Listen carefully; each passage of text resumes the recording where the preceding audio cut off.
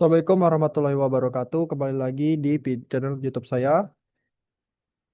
Perkenalkan nama saya Muhammad Rabil Anika. Saya dari Universitas Jambi.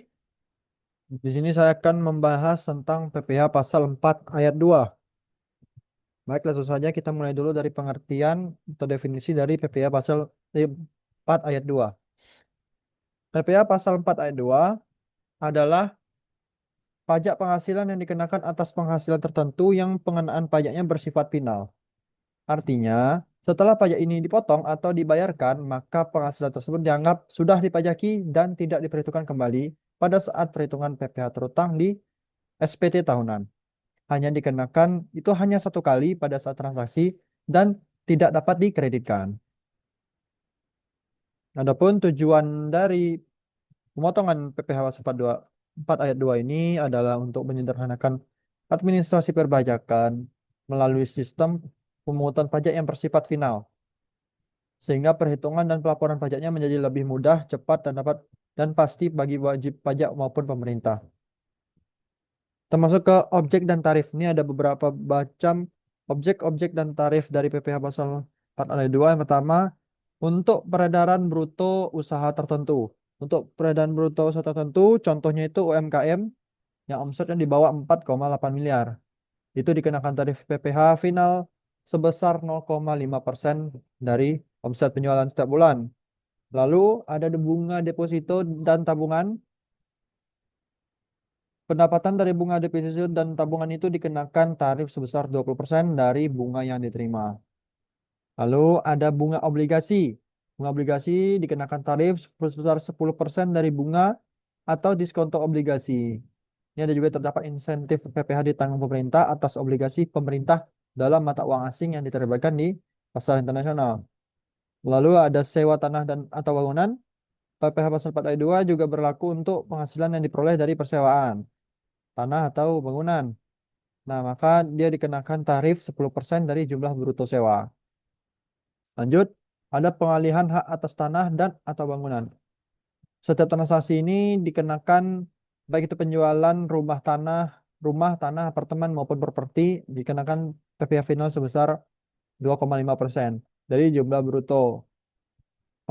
Tapi kalau untuk pengalihan hak atas rumah sederhana atau rumah susun itu dikenakan lebih rendah, hanya 1%. Selanjutnya ada hadiah undian. Nah, ini adalah tarif PPh final yang besar, yang paling besar ya, yaitu menyakup hadiah terima undian atau lotre. Ini pajaknya bisa sampai 25% dari nilai hadiah yang diterima. Lalu ada transaksi penjualan saham di bursa. Atas transaksi penjualan saham ini dikenakan dia 0,1% dari jumlah bruto nilai transaksi penjualan. Jasa konstruksi. Nah, untuk jasa konstruksi ini ada lagi dibagi-bagi ya. Ini ada tarifnya bervariasi dan layanannya apakah penyedia itu dia punya sertifikat badan usaha atau sertifikat kompetisi kerja, ini SBU atau SKK nih. Ini ada nih tarif untuk pekerja konstruksi 1,75% untuk penyedia jasa yang memiliki SBU, kualifikasi kecil atau SKK untuk usaha orang perseorangan. Lalu ada 4% untuk penyedia jasa yang tidak memiliki SBU atau SKK. Lebih besar karena kalau dia tidak memiliki sertifikat ya. Lalu 2,65% untuk penyedia jasa selain yang disebutkan di atas. Lalu ada tarif untuk pekerjaan konstruksi terintegrasi. 2,65% untuk penyedia jasa yang memiliki SBU. 4% untuk penyedia jasa yang tidak memiliki SBU. Lebih besar. Lalu tarif untuk jasa konsultasi konstruksi 3,5% untuk penyedia jasa yang memiliki SBU atau SKK untuk usaha orang perseorangan. Lalu 6% untuk penyedia yang tidak memiliki SBU atau SKK.